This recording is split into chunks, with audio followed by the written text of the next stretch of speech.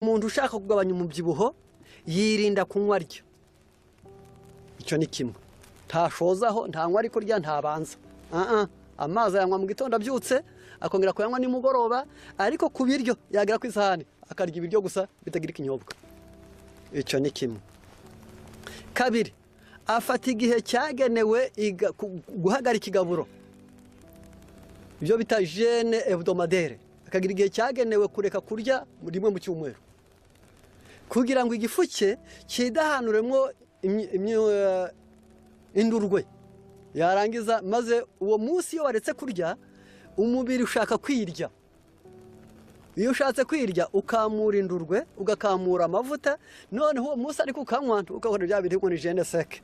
Ntabwo yemewe. Umuntu asabwa icyabuzwa no kurya, ariko ntabuze kunywa amazi.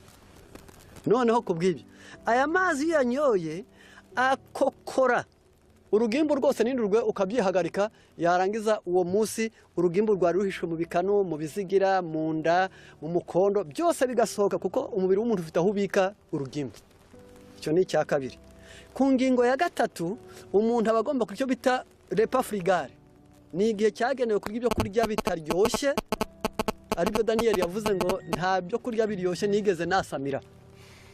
Iminsi 21 ntabwo yigize abaho atarya, ahubwo yari ibyo kurya ariko bidatwaye. Ubwo bigenze bite? Fata umunsi umwe mu gitondo gusa, fata watermelon, ngaho fata pome, ngaho fata inanasi. Ni ibyo kurya anti graisse, cyangwa se bikingira urugimbu ntibyo mu muntu. Byiririrwe. Nugera ni mugoroba, nibazane karoti, bazane tungurusumu, cyangwa se bazane onyo, yarangiza bazane n'amashu. Iyo salade uyirarire, maze urebe ubikore kabiri mu cyumweru gusa. Ibyo bise ngo ni jeûne depuratif, niko bayita.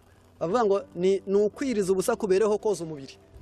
Yarangiza ibyo uzabikora ukwezi, uzayakona ubona ibiro byawe bigenda buhoro buhoro bimanuka.